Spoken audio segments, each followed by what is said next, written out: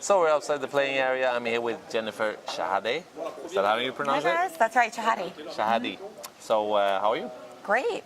Yeah. Happy to be here in the beautiful French Riviera.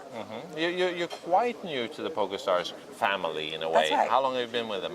About a year and a half I've been a Mind Sports ambassador. About a year I've been the Mind Sports ambassador for PokerStars. But even before that I was doing some writing and promotion of women in poker. Yeah. I know you have, is it 2 titles, like female Grandmaster titles in America, or what? Yeah, I've won a couple national championships in America. So where would you rank yourself in America today as a female chess player? Pretty high, but I don't play actively anymore, so it's a little hard to say. Yeah, are you top 10 still? Yeah, I think I'd be in the top 10, yeah. Yeah, okay. So you don't play that much? Not anymore because I keep very busy with all my other projects, writing, poker, yeah. Yeah, I know you were kind of a prodigy. I guess you learned to play from your dad, right? Yes, I learned to play from my dad. Yeah. How good was he? He's very strong, yeah. He's also plays poker and backgammon, so it's just kind of an overall game spire. Yeah. So Monte Carlo, were you here last year? No, I was here a few years ago. Okay. Yeah, they have They have backgammon world championships here. Oh, do they? I didn't know that. No. Yeah. So will you continue play poker? Of course. Yeah. Is this your new thing? Are you going to continue with it? Well, I've been playing for a while. I know. I'm taking it more seriously lately. Yeah. Yeah. I also know we're not going to talk about any results, but there was the shark cage that you were involved with. What do you think of that format? I thought the Shark Cage format was really fun, actually. It's very interesting and different, adding that extra layer of complexity where you have to figure out how often to bluff and what kind of hands to show up to the river with. Yeah. It definitely makes the game more interesting. Yeah, so this you have to show if you're value betting or bluffing, right? Right, Yeah. So that puts extra layers into it. Are there any other games than Texas Hold'em that you like? Well, I play open-faced Chinese poker. Do you? So, yeah. The pineapple version? Yeah. Mostly pineapple now. Now there's like deuce to 7. So. Is there a lot? I mean, have you come close to solving it? I think that that's why they keep changing the rules slightly, tweaking it so that they can kind of like try to switch it up. So that if somebody solves it, it's a little bit different now. Yeah. Is it big where you're from? Yeah, it's pretty big, yeah. Yeah. And it's also possible to play online pretty well today, right? Well, yeah, I mean, you can play on apps, and there's TonyBet. I actually won the TonyBet World Championship High Roller in Prague a few months ago. Really? Oh, that's cool. Yeah, it was really fun. Yeah. Okay. So traveling, are you going to spend a lot of time during the World Series this summer? Oh, yeah, I'll be there for about a month. Yeah? Have you checked your schedule and planned how many tournaments you're going to play? Yeah, I was looking at it today, actually. Probably a couple dozen. A couple of dozen? I don't know, something like that. I can't remember. There's some like re-entries too, so. Yeah. Now, you have a writing blog, right? Is it popular?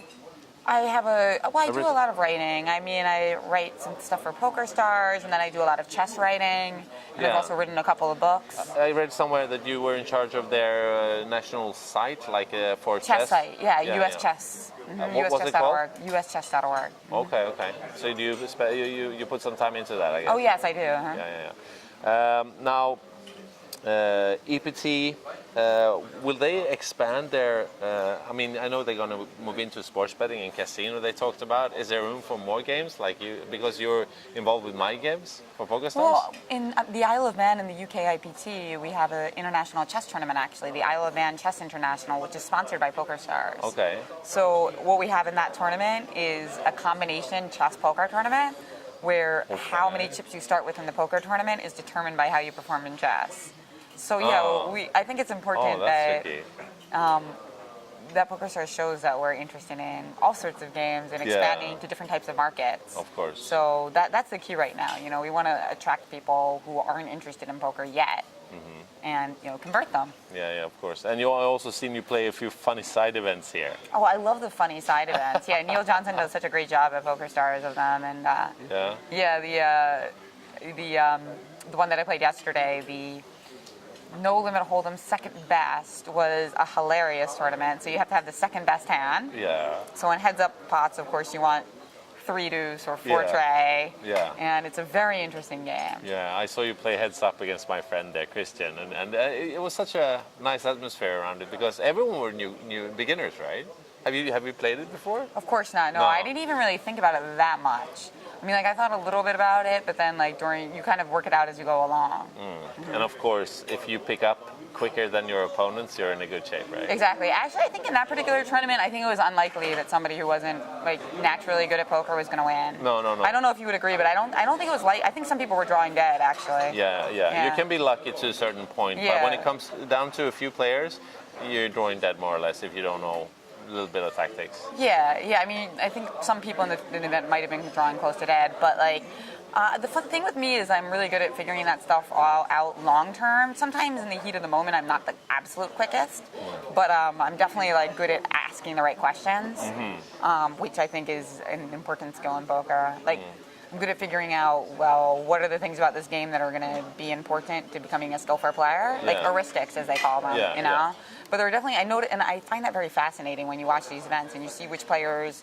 Approach things in different ways. Like I was talking to Fedor Holtz a little bit about these different formats, and it's amazing how quickly his mind works. Like he goes through things very, very fast. And while I can't do that, I feel that if you give me even just a couple hours, I'm good at like just being like, okay, we need to figure out X, Y, and Z. Yeah. And that it's very interesting. I love it. And if you're quicker than your opponent, you're in good shape, right? Yeah, exactly. Quicker to figure it out. Yeah, it's probably about carrying, and it's also about conserving energy. Like, there was one hand in which my opponent made kind of a weird bluff where he committed himself, although he had a pair. So he like tried to check raise bluff me on a board where he actually already had a deuce. He had paired his deuce. He was better pre, but now I was crushing him. Actually, no, he wasn't even better pre. He had like 10 deuce. Yeah. And I had 6-7. But I remember. Yeah, I saw that hand, so and he was sort of committed by racing to 30,000 there. Exactly. He might have been committed even though he had a pair, just because he had a 6-outer. Right? Yeah. I mean, if I pair my 6 or my 7, then he wins the pot. Yeah. And that's the kind of thing where people were saying like, "Oh, that was horrible," and I was like, maybe at that point, like he might have to call, but like it's 2 a.m. and like I'm not going to waste my energy calculating that exact math because it's just not really relevant right now. It's quite complex. There's a lot of there's a lot of other things that are maybe more important to think about. Like one of the things I was thinking about a lot was the blind versus blind situations against Christian, right? Yeah. That's right, Christian. Yeah. And like what kind of like hands, assuming he's opening like 80% or something. Yeah. What kind of hands are good enough to go with at certain stack depths? What's an average hand? Yeah. Yeah. Can you find a place to slow play? Can you? Yeah, When exactly. can you bluff and so on? Yeah. Because there's so many, as we all know from playing No Limit Hold'em, there's so many bad hands. There's so many combinations of bad hands, right? There's way more combinations of 7 deuce off than there are of aces, right? Yeah. So it's like, that's why something like 10-4, even though it seems really bad, is actually maybe not bad enough. Heads up, it's not too bad, right? I mean, heads up, it's like, well, now the definition of bad changes. But to find a hand, like the average hand, someone said is Queen 7, which is the average hand, but what kind of hand can you play heads up? We were thinking maybe even a jack, but for sure a 10 you can raise with. A 10, 10 with a bad kicker. Because there's so many hands that you have to fold to raise. Yeah. I mean, so it's pretty tricky.